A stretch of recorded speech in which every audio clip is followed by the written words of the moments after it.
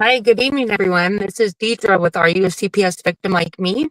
Um, Kind of taken the last couple or maybe even 3 weeks off. I apologize for anybody that was maybe anticipating a show of mine, but I'm back here at it again. And I have a guest joining me this evening, so that will always make it more interesting and hopefully more knowledgeable for anybody out there. But for any first time viewers, I was, once a parent that went through a CPS case myself, and I do these shows under an attorney that practices out of Southern California, Mr. Vincent W. Davis, and kind of just continue to do these shows in effort to hopefully get the word out there to other parents that might be dealing with the CPS case and haven't quite realized what they're up against, and hopefully maybe the knowledge that they can find through this platform of Mr. Davis's can be beneficial and hopefully save a child from being taken from their family. So again, I do these shows every Wednesday at 5 p.m. Pacific time. And if anybody is ever interested in being a guest on my show, you can always call the 888 number on the bottom right-hand corner of the screen, and my producer can get you scheduled for an upcoming show. And you can come on and share how you might have been a victim or anything that entails with CPS that you would like to share with anybody else out there. And always helps the algorithm to like the video and subscribe to Mr. Davis's platform. And again, that just circulates more knowledge out there and more people becoming aware of what I like to say, horrible corruption of a entity CPS really is all about. And other than that, I would like to turn the floor over to my guest, which is Dana, and he can introduce himself and talk a little bit how he has come in contact with the, I guess, world of CPS. So, Dana, if you would like to go ahead and Thank take the you. floor. Thank you. Yes. So I am Dana. I'm known as the Angry Citizen. And years ago, when I became particularly unhappy with our corrupt government, I decided that I needed to do something about it besides writing letters, making phone calls, which is something I was doing. And largely people will say that doesn't matter. That's not true at all. It does matter. It does make a difference, but they don't want you to. The powers that be that control our government don't want you to use your voice and speak directly to our elected servants, because then they might not do what the people I call the overlords do, the ones that are paying for their campaigns, corporate interests, wealthy individuals, not even the wealthy individuals but wealthy individuals that hide in secrecy and create shell corporations to do their bidding. And our government is broken. We all know it, and it's up to we the people to fix it. So I created this organization, if you will, an initiative called the Angry Citizen. And my objective was to unite enough constitutional Americans that our voices would be loud enough um, to have weight, because one voice alone really doesn't matter much. I get scattered responses from the people that I contact. When I contact our elected servants, they'll usually get back to me with a hey, thanks for uh, voicing your opinion, but they don't do what I say, even though basically the things I say and the things I demand are the things that 99% of Americans want: accountability, transparency.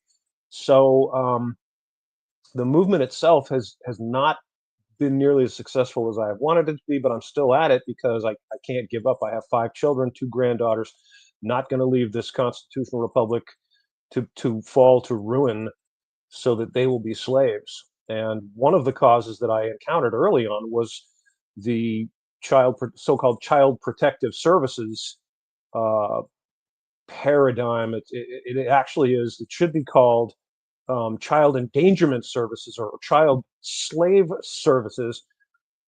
I I wasn't surprised when I found out that it was ineffective largely, and I wasn't surprised when I found out there was corruption, because there's corruption in virtually every portion of our government. What surprised me was the staggering level of corruption. Like, the organization had been, in essence, hijacked by nefarious powers to create what amounts to human trafficking with children. Yes. And if we judge an organization by their effectiveness, which we should, our government is an abysmal failure. They've sold us to ruin. They've spent more money than we will ever see in our lifetime, trillions of dollars in debt. They've enhanced themselves.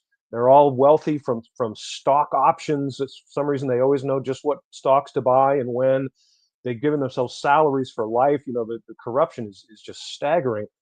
And the CPS aspect, when I began investigating the Child Protective Services and talking to the people that had encountered Child Protective Services, two things became evident. Number one, they are miserable failures at doing the thing they claim to do, which is protecting children.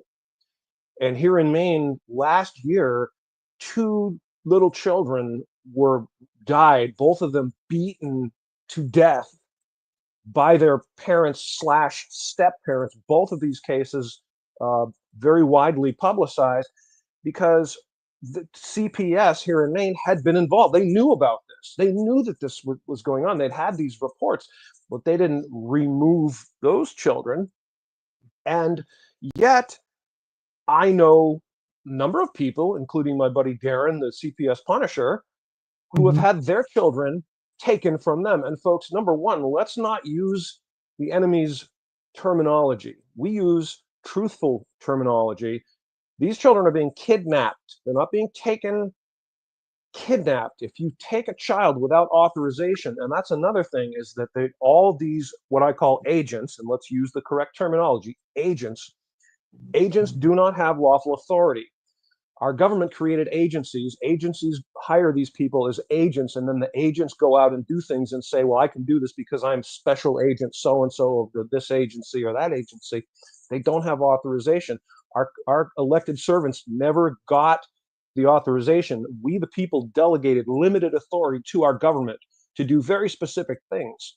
We never gave them the authority to create an agency and hire people that can then go out and basically commit crimes. That's what they're doing.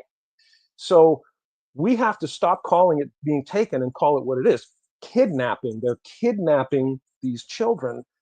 And everyone in America should be terrified by the fact that these agents are going to people's homes, interrogating those people, and then upon their whim, just because they say so, kidnapping children. And the idea, the concept that this is good for this child is insane, because you'd have to balance, even if you go to a home where a child is being neglected or being abused, you have to weigh the trauma of taking that child away from the only home they've ever known. And even abused children will cling to those parents. Taking a child out of their home is horribly traumatic. It causes intense trauma and shock and harm to the children. So the whole thing Not is to taken to mention high that, heaven. not to mention that when they take these children and put them in a foster home or wherever they put them, they usually end up becoming abused and neglected if they weren't already, but worse, and that's the Right, other right. sick part of The, it all. But yeah, the other yeah. component is that we are supposed to trust, we the people are supposed to trust that these agents are going to take that child and bring them to a place where they're safe. That's their argument, their reason, their excuse for doing it, is that the child is in a harmful environment. We take the child out of that harmful environment. Well, if you take a child from any environment and put them into a harmful environment, you haven't done them any good. And this is documented. Ample documentation exists to prove that this does happen. You could talk to the people who've been there, talk to the children that were, adopted or placed in these foster homes. And, there's absolutely no assurance that that child is in a safe, nurturing, supportive environment. So the entire thing is a huge house of cards. And when I found out what was going on, it made me very, very angry, because we, the people, have allowed this to happen. We've allowed them to perpetrate this hoax upon us and tell us that they have the authority to do this. Law enforcement cooperates, the courts cooperate, the whole system works together, and it's unlawful. It is. They don't have the authority to come to your house and take your child. So um, I I know a lot of folks out there, and probably not the audience that would logically be watching us now, because most of the people I think that are watching you and watching Darren, CPS Punisher, understand the problem. But the reality is that a preponderance of Americans do not understand the problem. They assume that if you have CPS involved in your life, you've done something to deserve that.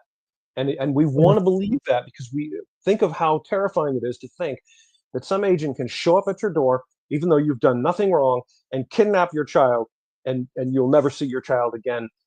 It's horrifying, but unfortunately, that's the reality that we live in, and we, the people, must first of all accept this reality that uh, they uh, aren't doing the job that they are supposed to be doing, and don't have the authority to kidnap your child from you, and will often do this even though there really is no harm to that child in that environment. It is solely by their discretion.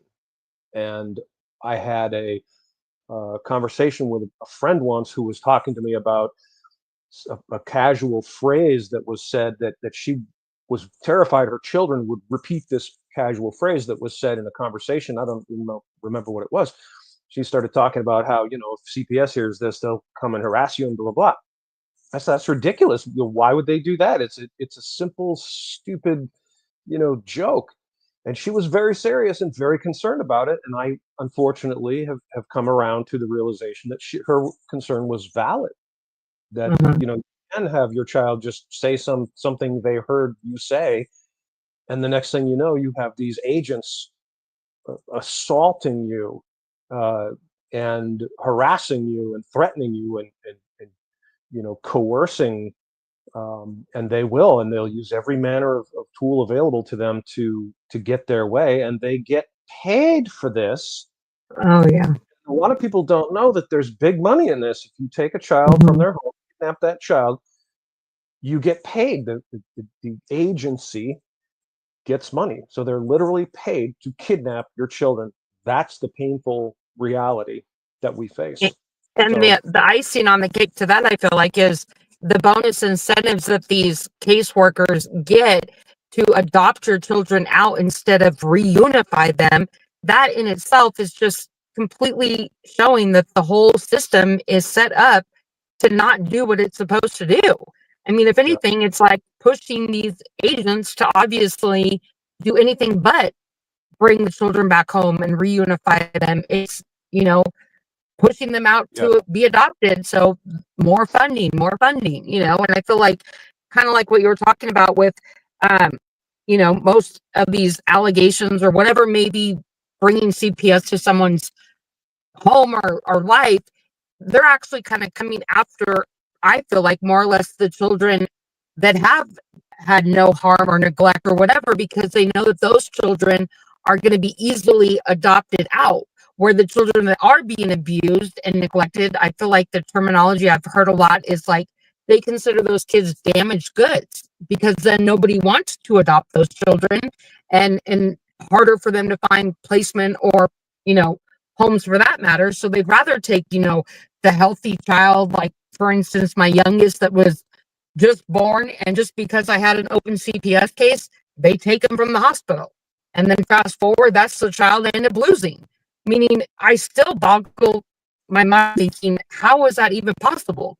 But, again, my situation was perfect in the fact that the foster parents literally went into this program, Foster to Adopt, because they couldn't have children of their own. And they got placed with my 1 month old, healthy, beautiful baby boy. And then fast forward 2 years at our TPR hearing, they're now showing up with their own lawyer, stating in the, outside the courtroom that we need to hurry this along because we need to keep our son. And that was their motive from day one. And it's like, it's just all completely backwards, and even more traumatizing for my child because he's half black and half white, and he's with foster parents that are Mormon, blonde haired, blue eyed. And imagine the life that he's being brought up in. not only is he not going to fit in look wise, but with the Mormon cult, I like to call it, but I mean, he's just already set up for failure from every avenue, I feel like. And there was never any reason for him to ever, be put in a situation, but yet CPS, I felt like, have their eye on their prize, and that's what they wanted Yeah. from day one.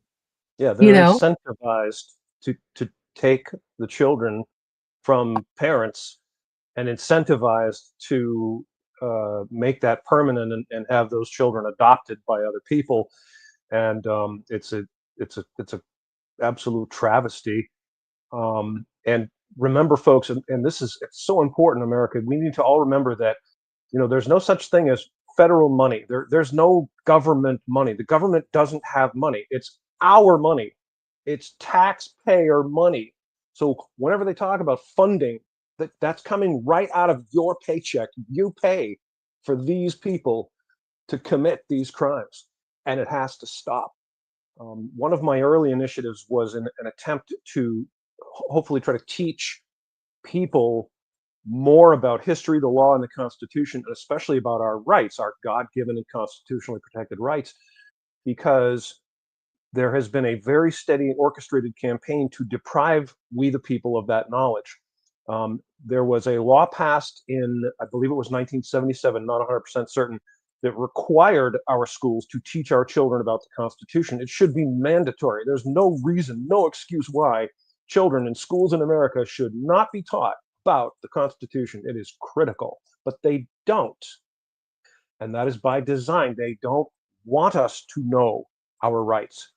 And you can tell when a conversation is going on between any American and an agent or law enforcement officer. You can tell the difference when that American knows his or her rights and knows the words to use. It completely changes the flavor of the conversation. That alone can save you from harassment.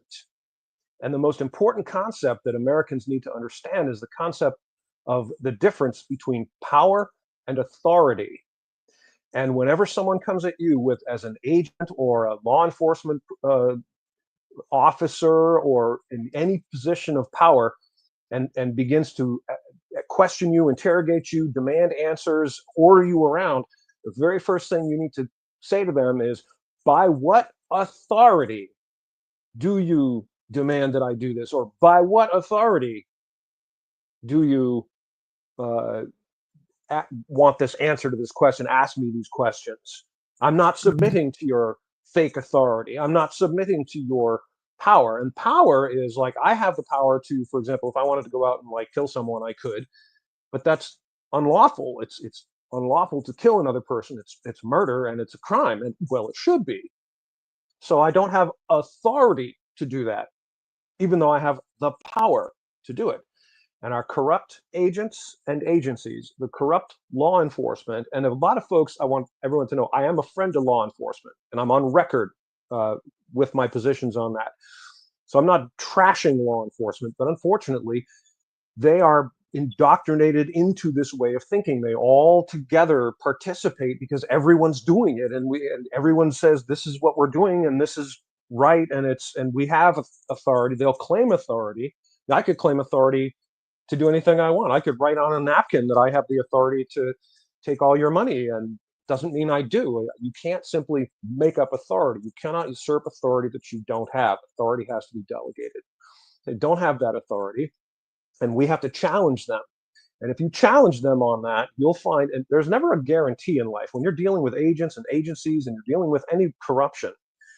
They will, at the end of the day, if they want to, exercise the I'm going to do it because you can't stop me option. See, if the police show up at your house with agents and they tell you they're taking your child and you attempt to stop them from doing that, you will end up injured, dead, in jail, regardless of the fact that you're in the right. And that should terrify everyone. But if you know the words Uh-oh. and you know how to talk to them, you can at least weed out all of the ones that are not willing to go right over that line and use that power, even though it is unlawful for them to do so. And if we all learn to use the correct terminology and language, it reduces that paradigm. The number of people that are willing to participate in kidnapping our children starts to shrink. And if we all work together to make our voices heard on this issue, eventually they will have to confront the reality that they don't have the authority and that what they have been doing is illegal, unlawful. It's kidnapping. It's a federal offense, a felony. And we could even start seeing some of them held accountable, which I would love to see. From your personal knowledge and everything that you've done, with researching CPS, do you think that anything might ever be done anytime soon to maybe reverse it or somewhat put a change to it, or you don't think that might ever be possible? It is definitely possible. I couldn't begin to cite a time frame because I am still waiting for the Epstein client list to be released. And I really thought that we were way, way past the point where we would see that happen, where because we all want it, everyone in America, except a very, very few people, a tiny, tiny group of elite, wealthy people, does not want that information shared. If you figure there's 330 some odd million people in America right now, let's pretend for a moment that 90% of us want that, right? And so how many people, that's 280 some odd million people that want that. And so why isn't it happening? See? So I don't dare to guess because every time I really think I'm going to see some progress and see some justice and some accountability, it kind of fizzles away.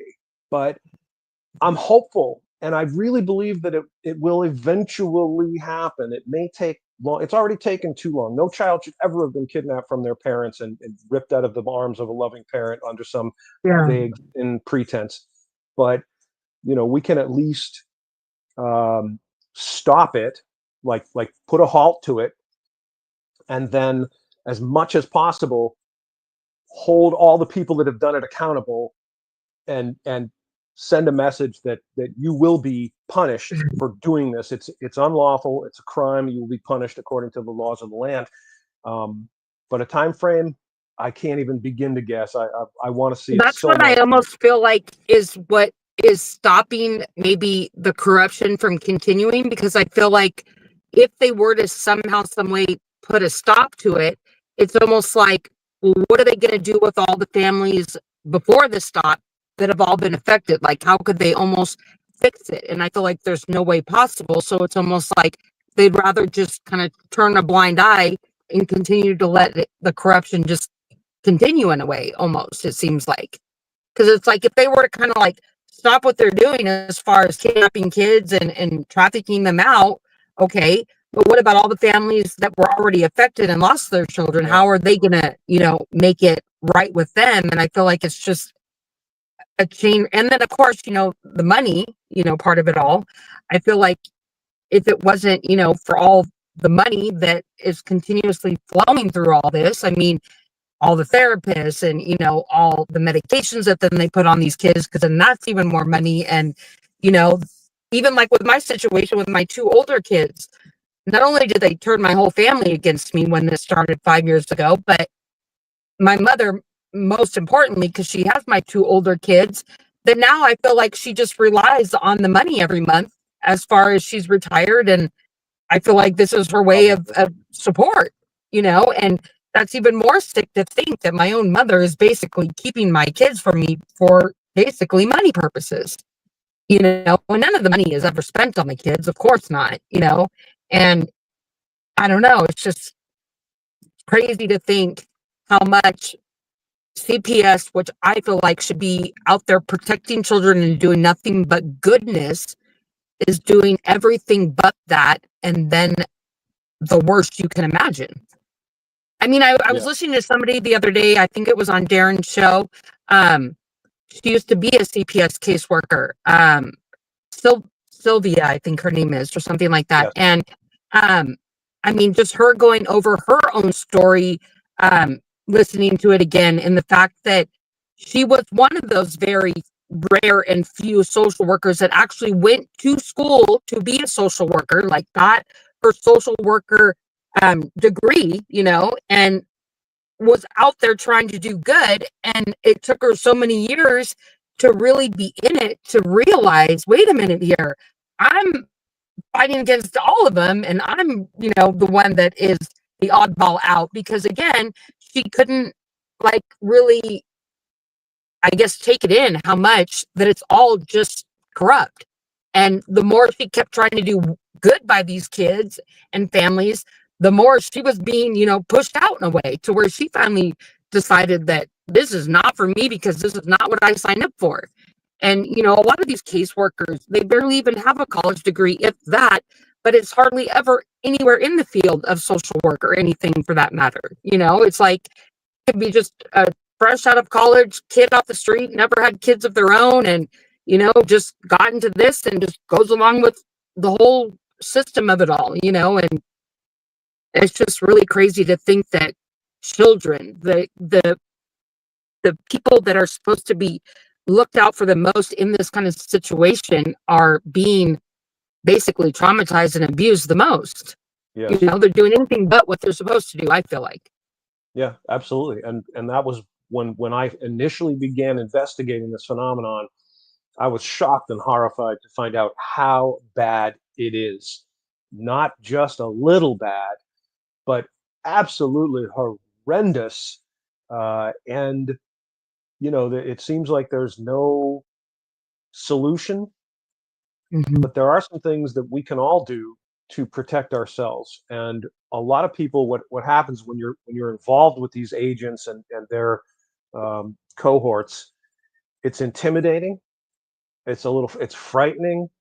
Um, they are prone to speaking in very uh, sort of commanding terms and mannerisms, as if they've assumed that you must do what they say. See, that's they're assuming authority that they don't have.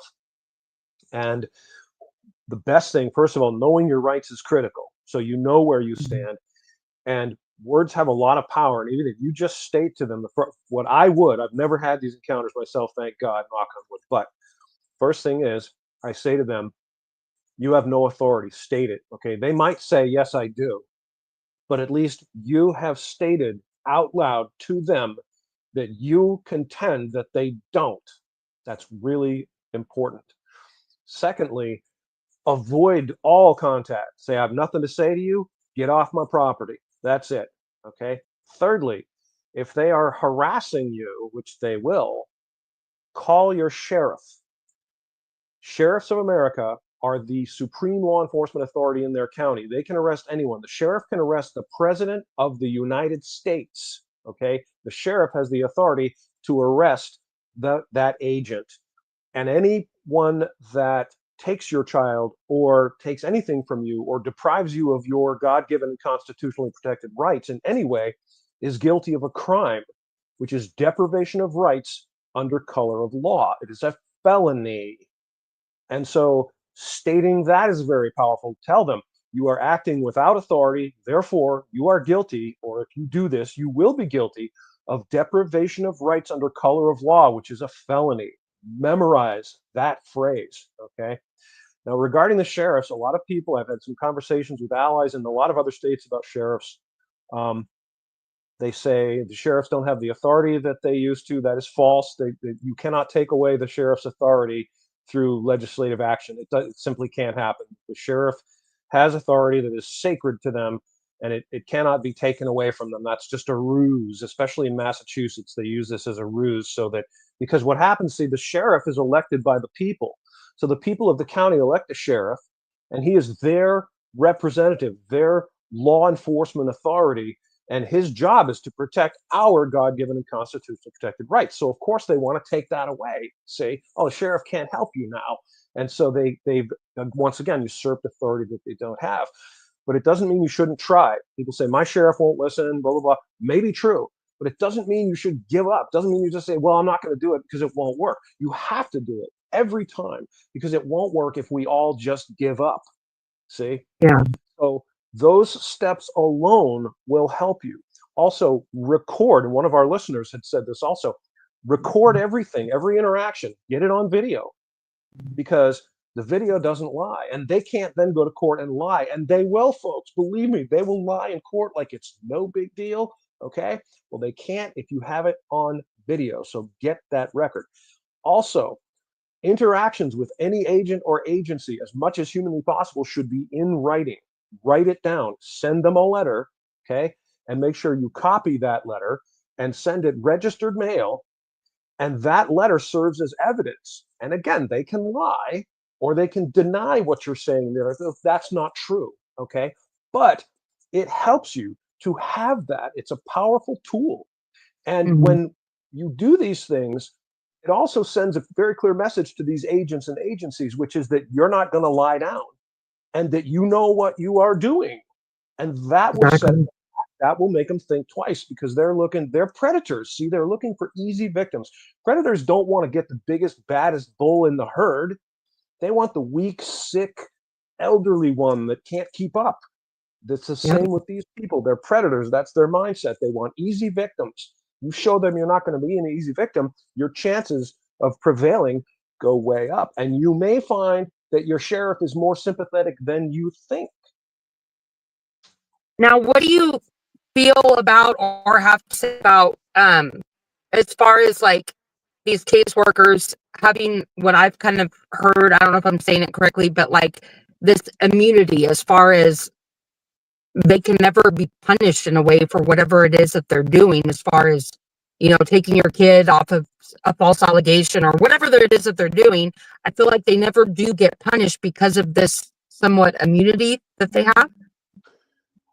They are claiming what is called judicial immunity. And judicial immunity is a concept that means if you have a law enforcement professional doing their job and they're doing their job right, that you can't sue them personally for their actions. So if Ralph Smith, the sheriff's deputy, comes to your house and arrests someone and breaks your lamp, you can't sue him, Ralph Smith, in court and say, you broke my lamp, you owe me $50. You can sue the department.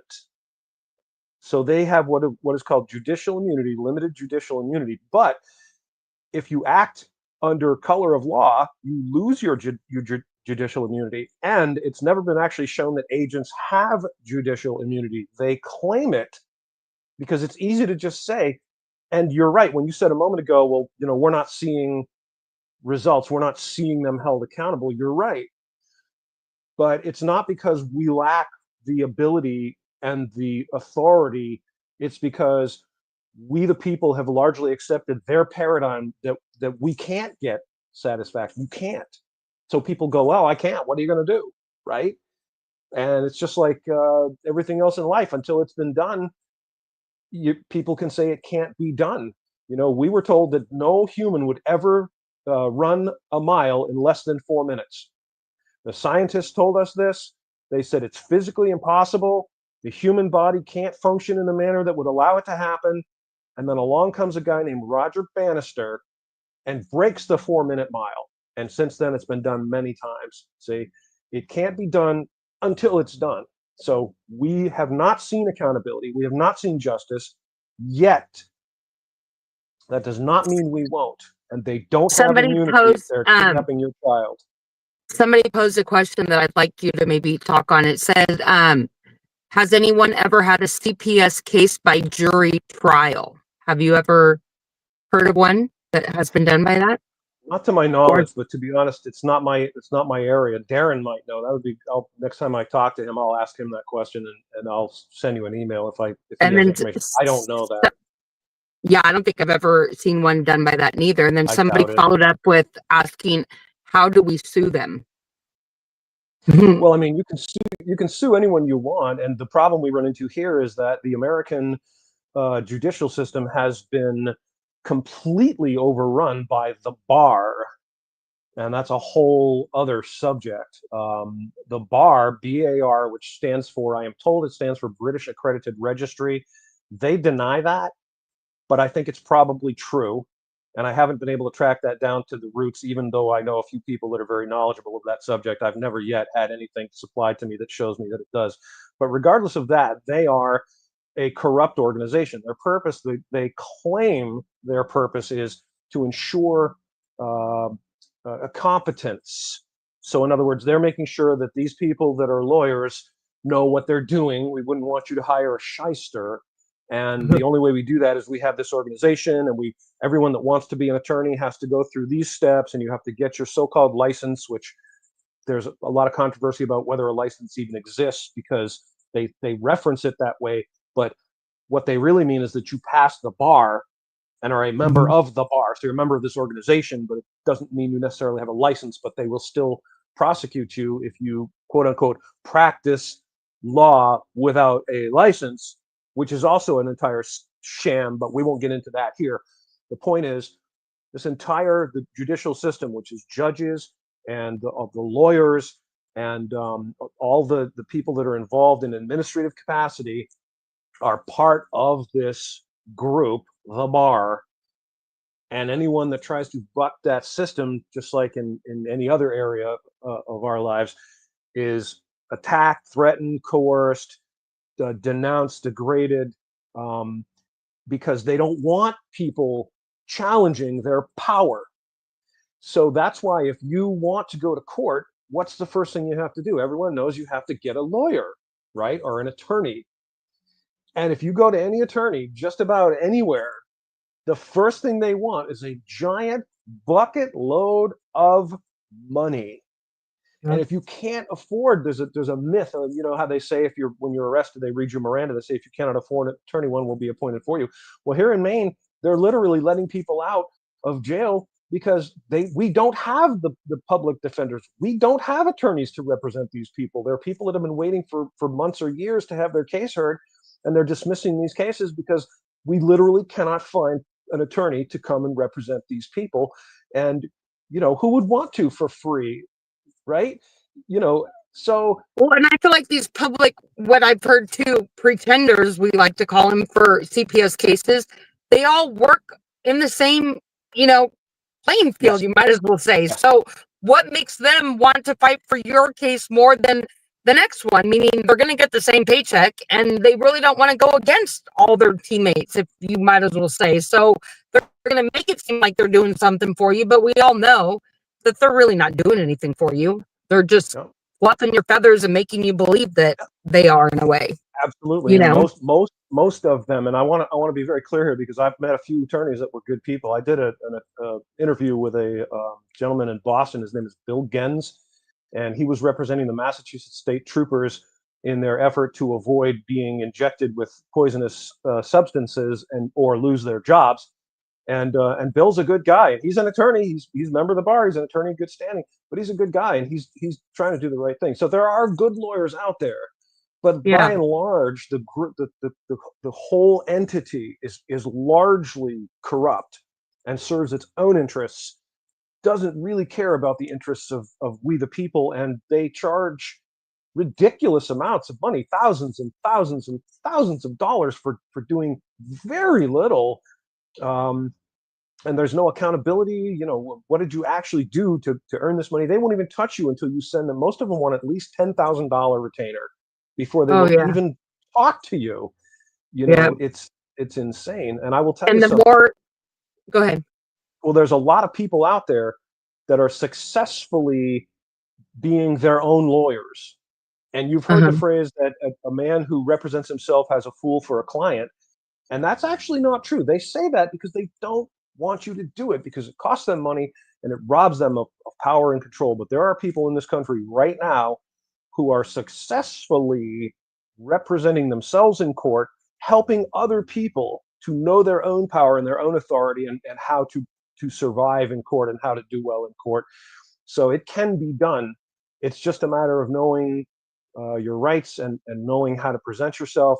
And you know, it's a scary environment because you're on enemy turf. There's also a lot of controversy out there right now about courts being under what's called maritime law. I don't know if you've heard about this, but No, it's a red herring. It's just and what they're saying is basically true, that they use words and references in court to maritime law as opposed to the law of the land. We're on the land, so we shouldn't have any concern about maritime law. But it's all trickery. See, they just use this to distract you and confuse you, and you're on their territory, so you're already, off balance. But if you know your rights and you know the Constitution, and you know how to speak um, the right words, you can go to court and you can prevail, unless you're in the face of outright corruption. And that's, unfortunately, there's nothing you can do about that. It's just like being mugged. A guy walks up to you, he puts a gun in your face, and he says, "Give me all your money, or I will shoot you." He's not pretending to be lawful. He's not lying to you, saying, "I have a right to do this." We both know what's happening, Yeah. and it's a crime, and he's going, "Yeah, it's a crime. So what? What are you going to do about it?" And that's a tool that they will use. At the end of the day, the judge will say, "I'm ruling against you," and he'll make up whatever ridiculous contrivance excuse, and right on record saying, we had a gentleman up here in Maine. His name is Rick Savage. I've interviewed him. You can see the interview on my Oh, YouTube yeah. channel. I think It's I've a heard of great him as interview. well. Okay, Yeah. so Rick owned a restaurant up in Bethel called Sunday River Brewery, and he was ordered to close his restaurant by our governor, which, by the way, is unlawful. Governors of no state have any authority to tell you what to do. They don't have the authority. They don't have the authority to order you to stand 2 or 6 feet apart. They don't have the authority to order you to wear a mask. They have no authority whatsoever to order individuals to do anything. Okay, that was a giant scam. So the governor of our state orders all the restaurants to close during the scamdemic, which is she has no authority to. Well, Rick complied for a while, but eventually he said, this is ridiculous. And not only that, we're losing business. A lot of people went out of business during this time. So Rick opened his business in the face of this woman's flagrant tyranny, and she sent agents by the dozen. There were liquor agents and insurance inspectors coming in every day, harassing him, harassing his staff. He had to get a restraining order from his sheriff, which the sheriff of his county granted him, Wow. to tell them to leave him the hell alone. See, and that's why I say, don't give up on the sheriffs. They might be on your side. Okay. Well, long story short, Rick managed to get a lawyer and go to court, and he was looking for what is called injunctive relief, which is the court stating you will do this because the court is ordering you to do it, which he wanted her agents to leave him alone. And the case was decided against him in a very corrupt court by a very corrupt judge here in Maine, notoriously corrupt, and literally in the response wrote that Rick had not provided proof that he was needed injunctive relief. This is a man who was so badly harassed that he had to get a restraining order to get the agents to leave him alone. And the judge just basically said, "You don't even have any reason to be here." It's gaslighting. Wow. It's pure, simple, raw gaslighting. And there's nothing we can do about that. If they're willing to play that card, what are you going to do? You see? But the Well, that's even like momentum will swing.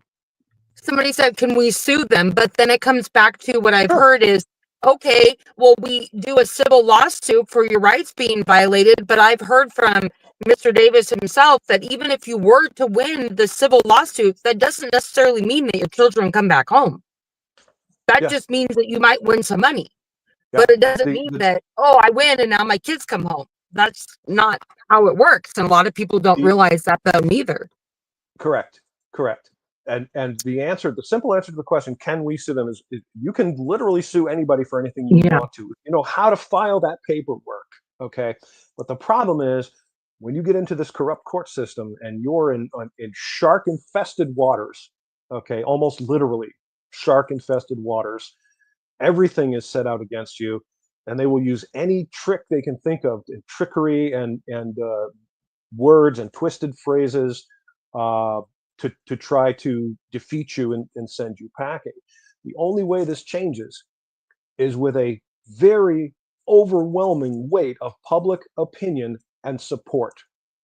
So once we, the people, all get on the same page, all together loudly demand accountability and transparency, it's not going to happen until we do that. One or two people make little difference. And if you look at it traditionally in history, look at movements like, a lot of people, when I get very frustrated when people say it won't matter. They say this all the time to me when I tell them this is what we should do, and they go, it won't matter, won't make a difference, they don't care, blah blah blah. all these things. And these are self-fulfilling prophecies. When you say it won't matter, you're right. You just made it not matter by saying it won't matter. It won't make a difference. Well, it won't make a difference because you just said it won't, and now you're not going to do anything. If I send a Exactly. letter, which I have, to the governor or any of our elected servants, they get one letter from some guy in Maine. They don't really care all that much. They'll read it. They'll have one of their lackeys call me and say, "Hey, got your letter. Thanks for weighing in on that. Senator King is obviously very concerned with your opinions," and blah blah blah.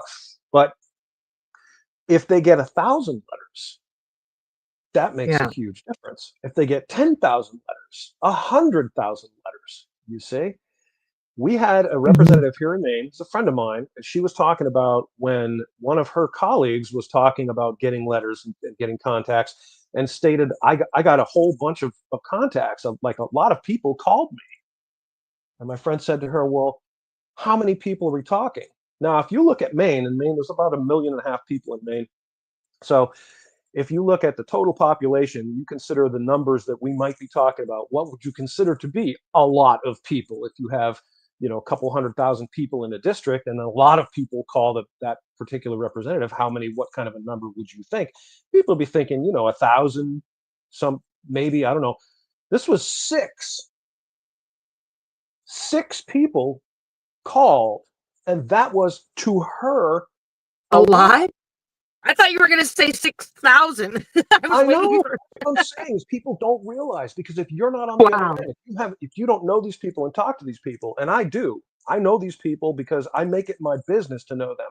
I call them, I talk to them, they know me. Believe me, I am loud. Okay. No one in Maine is not aware of me if they're in our legislature, because I've weighed in on some issues, and very, very harsh words have been used by me. And I'm not at all afraid or ashamed to do it. Um, but most people don't ever do that. They don't call, they don't write, they don't email, they don't participate because they're discouraged and they really truly believe that it won't matter. Well, if six people called, then your voice would be the seventh voice. Think how powerful that is. You're one of seven people that took the time to just pick up your phone, call that person, and say, I am so and so. I am calling you from here. I'm calling regarding this issue. I feel this way about this issue, and I urge you to do this or that, or vote yes or vote no. Thank you for your time. That's all it takes, folks. It's a tiny little thing to ask, and our constitutional republic depends on it. Because right now, the people that are running things are the wealthy elites, but we outnumber them 10 billion to 1. And if all of us got on the same page, as Hillary Clinton called us, the pitchforks, that's Mhm. what Hillary Clinton thinks of Can us. I ask you while I'm thinking about it, what kind of like, I don't know if it's your background or what, but what kind of brought you to what you do with your passion of kind of trying to fight for the people in a way? Like, what is it that maybe happened to you one day Good in your question. life or, Good um, question. yeah. It started when I was a child. My parents were divorced when I was very young, so I did not spend a lot of time around my father. My mother was a very liberal individual, and I'm not trashing liberals, by the way. I'm just setting this up so your audience knows how this came about. And my mother was a very, very uh, strong pacifist, and she despised guns. And she would use phrases all the time: guns are terrible, guns are bad, guns are evil, no one needs guns, there's too many guns in the world, guns, guns, guns, guns. So of course, as a little boy, I accepted my mother's word about these things because she was my mother. Well, I had a friend whose father was a firearms advocate and enjoyed shooting, and he offered to take me with my friend out shooting one day, and I thought that sounds like fun. I'd like to do that. So we went out, and that was the first time I ever fired a gun. And he had a handgun, and we were shooting targets with the handgun, and we began talking about the Second Amendment. And I had heard the Second Amendment, but I knew, as we all know, that it's widely ignored, which seems to me to be a very bizarre paradox. I don't get it. It clearly says the right of the people to keep and bear arms shall not be infringed, and yet we have all these rules. You can't have this gun, you can't have that gun, it can't have a magazine larger than this, the barrel has to be this, you can't fire more than this, you can't have a suppressor, you know. And I thought, this doesn't make sense. I'm trying to understand how this makes sense. What to me as a child appears to be a very clear contradiction. And I quickly realized that it was a contradiction, and that the Second Amendment does mean what it says. And that the reason why there's all these laws on the book is because our elected servants ignore them. And I was told by people who supposedly knew more than I did that it was okay for them to do this. And I wanted to know. I was a kid who wanted answers. And I said, I don't get it. How are you telling me it's okay for them to do this if the Constitution says clearly that they can't?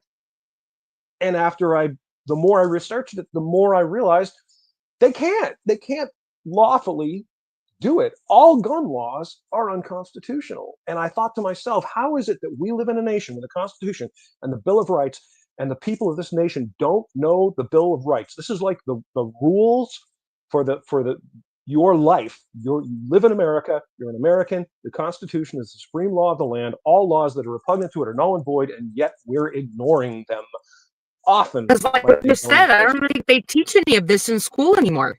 correct. That's exactly And that's why nobody even knows it, because they don't want anyone to know it. Exactly. And they promote it as being too confusing. You're too simple. You peasants don't know. Where lawyers know these things. You go back to your peasant life. Pay no attention to the man behind the curtain.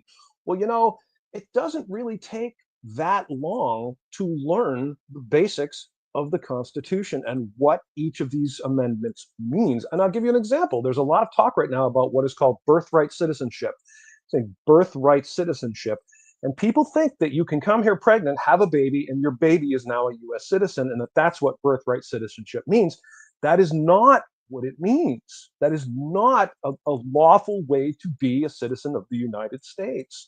And when people talk about Donald Trump wants to end birthright citizenship, no, Donald Trump is saying you can't come here pregnant, have a baby, and have it be a US citizen, and that's correct. And yet people widely do believe that that's what it means because they were never taught. They never I'm naive to it myself. So what would make that baby be a U.S. citizen? It would have to be. Well, good question. The amendment was written 14th or 16th. I don't know. I should know this right off the top of my head, but whatever. It was written because slaves were not considered U.S. citizens. So we brought people here in chains. Eventually, they were freed, and their children weren't U.S. citizens because even though they were born in America and had no ties to any other nation, they weren't citizens. So that's why it was written to bring those people that did not have a citizenship into the fold of citizenship. But if you come here from another country and have a baby, your child is a citizen of that country. If you come here from China and you have a baby, your baby's not a U.S. citizen. It's a foreign national, Chinese. How can they prove that necessarily? Prove what? That your baby is not a citizen? That you were pregnant before you came here. Oh, I don't know. I mean, that's a whole other. You know what I mean? I mean, Right, I would yeah. just think that would be the first thing somebody would try to argue is say, well, how do you know I didn't get pregnant once I was here? But it wouldn't matter. Because if they're not a U.S. citizen, I see what you're saying. Come here, get pregnant, have a baby, and say my baby's a U.S. Got citizen. it. You Okay. have to be a citizen yourself. Oh, okay. That's the part I didn't understand. Yeah, Oh, okay. I mean, it's very specific, and it's written to bring slaves into the fold so that the slaves that were freed and their children are U.S. citizens. It was not ever meant to have people come here from foreign nations, have a baby, and then declare, look, I had my baby on U.S. soil, therefore my baby is a U.S. citizen. And it's so would that work reversely though? Like if I were to go to a different country and I'm a U.S. citizen and I get pregnant over there, would my baby still be a U.S. citizen? Well, it doesn't matter where you get pregnant. It matters the nationality. No, like what I am. Yeah. Of the parents. Yeah. You with me?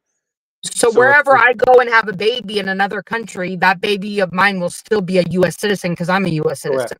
Correct. Oh, okay. Yes. Got it. Yep. So now these are things that everyone can understand. We're presented with these concepts as if somehow they're so mysterious and bizarre. And again, I use the Second Amendment as a great example because when people talk about people who don't like guns and want gun control laws will cite the fact that the Second Amendment says a well-regulated militia being necessary to the security of a free state, the right of the people to keep and bear arms shall not be infringed. And they try to spin that so that you have to be a quote unquote member of the militia, which is not what it says. See, it says a well-regulated militia being necessary to the security of a free state, the right of the people to keep and bear arms shall not be infringed. And even if you wanted to argue that, it doesn't say the right of the militia. It clearly says the right of the people. And if you research it, I mean, all you have to do is read the words of the founding fathers, and you will know immediately that that is literally what they meant. We have the right to arm ourselves at our discretion, and the government has no authority to dictate what kinds of weapons we are and are not allowed to own. And people want to make extreme examples like, okay, so, does that mean you can own a bazooka or hand grenades or a flamethrower and so forth and so on? But the truth is, it means, in fact, that the common citizen should have access to the same kinds of armaments that the armed services have. And that's the way our founding fathers meant it, because the militia is we the people. We the people are the militia. The militia is every able-bodied man and woman capable of bearing arms, because the founding fathers knew that if the civilian population is armed, it doesn't create chaos. It doesn't. There's no shootings in the streets of people constantly, killing each other. Here in Maine, we're all armed. Like everyone I know is armed. You know, and we're Real not quick, Dana, having because we guns have fight. about 8 minutes left, and I know that you I opened up the can of worms with asking you the question, which I could listen to for a while, but Don't um, worry. real quick, tie it into, I see where you get the passion from with your upbringing and the gun law and all that, but how do you kind of bring it in the fact of maybe present day and what you're currently doing to maybe help people basically learn their Constitution and the Bill of Rights? I mean, I don't even know if my question makes sense, but kind of like, Yeah. yeah. Go ahead. Yeah. It's been an ongoing project of mine to get with people who are constitutionally literate, and I've met some of the most incredible people in my quest to learn knowledge and to verify that what I thought was true is in fact true.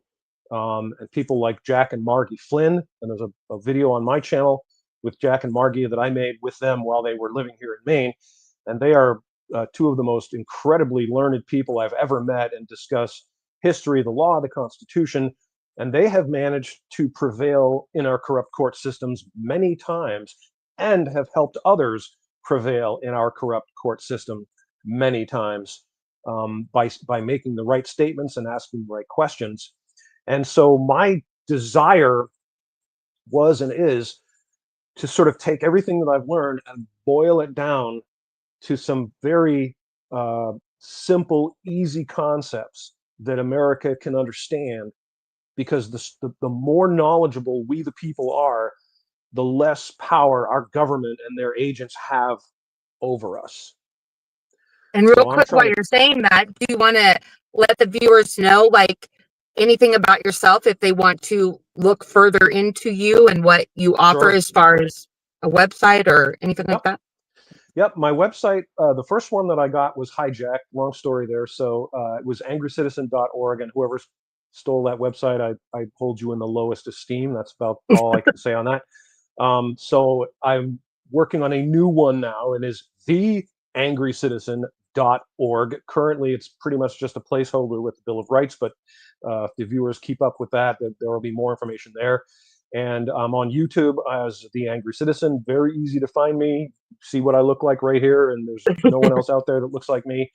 And I have a lot of interviews with some really interesting people, and I'm going to be having some interviews coming up in late July with a friend of mine. His name is Clyde Cleveland, and Clyde is also one of the most knowledgeable, intelligent people I've met regarding law, history, the Constitution, and he wrote a very, very interesting work called Common Sense Revisited, which is actually a kind of a piece about what's called bottom-up government, which is what we, the people, are supposed to be doing here in America. We have this concept that the government has power and they order us around, and then their agents, enforce it. We all do what we're supposed to do. But we need to flip that around. Like, we, the people, are in charge. We hire the people to do our bidding. They answer to us. They work for us. And we, the people, at the lowest level, and individuals in their counties, have all the authority. The people at the very top have very limited authority. And that's how the founding fathers designed it. And that's the system that we all need to push to get back to the basics. The power I is feel like all if we ours. could put you in a little pocketbook and like have you in our back pocket at all times, so we could just bring you out. The angry citizen is here to defend me. Yeah, I would Because love to I do feel that. like your knowledge is just everything that I feel like everybody wished that they knew, and not only knew, but acted upon it. It's one thing to say you know your rights, but then to actually use them. I've heard the saying too, if you don't use them, you lose them, because again, if you don't act upon your rights, then it's Yep, almost like you have no rights, I feel like. exactly. And Exactly. I As a think a friend of lot of mine it is likes just to say, people that are he says, afraid of if you not knowing, don't know your rights, you have no rights. And that's valid. basically. So but keep an eye on my YouTube channel because I'm developing It this into a will. pretty simple curriculum. I'm going to boil it down to the essence. I'm going to present it in bite-sized pieces. I'm going to call it lawful jujitsu, how to defend Yay. yourself, defend your own rights, and how to interact with authority figures, law enforcement, all people, all agents, especially agents. But America, the most important thing I can tell you right now is to remember that agents have no authority. They claim they do, they don't. And that's a fact. Yes, that's a good one to know. But our show's pretty much wrapped up here, and I'm grateful for you coming on and all your knowledge. And Thank again, you. if you ever want to come on in the future, I'd love to have you. But if anything, not just CPS, but any knowledge as far as what you had to speak about is good to know. And I feel like anybody watching has gained a lot of knowledge from listening to everything that you had to say. And again, if anybody wants to reach out to Dana, he gave his information there. If you want to play it back or rewatch it, you could find out how to get in contact with him. But hopefully anybody watching has gained some knowledge from this as far as CPS goes. And again, I will be back here next Wednesday at 5 p.m. Pacific time. If anybody wants to come on and be a guest, reach out to the number on the bottom right-hand corner of the screen and you can get scheduled.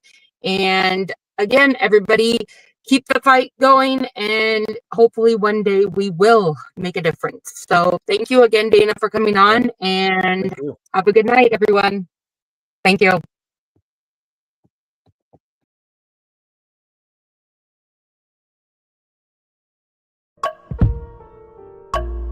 A vivid picture is encrypted in your mind as the critics get in line like they're witnessing a crime. But then you notice there's a shiver in your spine from the feelings of discontentment and bitterness combined. Heartbroken when you listen to the judges, another kid's innocence corrupted. And if you go against it, it's destructive. Consider this predicament the toughest, but we believe in a system fit for justice. Child Protective Services only pretends to save it. The one solution for this is worthy of instant praises. 30 years of experience with relentless cases. Allow me to introduce them. This is Vincent Davis defending you when they don't think a mother fits the role. Is it juvenile dependency or government control? Observe the pain in their eyes. It's time for us to realize we are the last ones left. Put your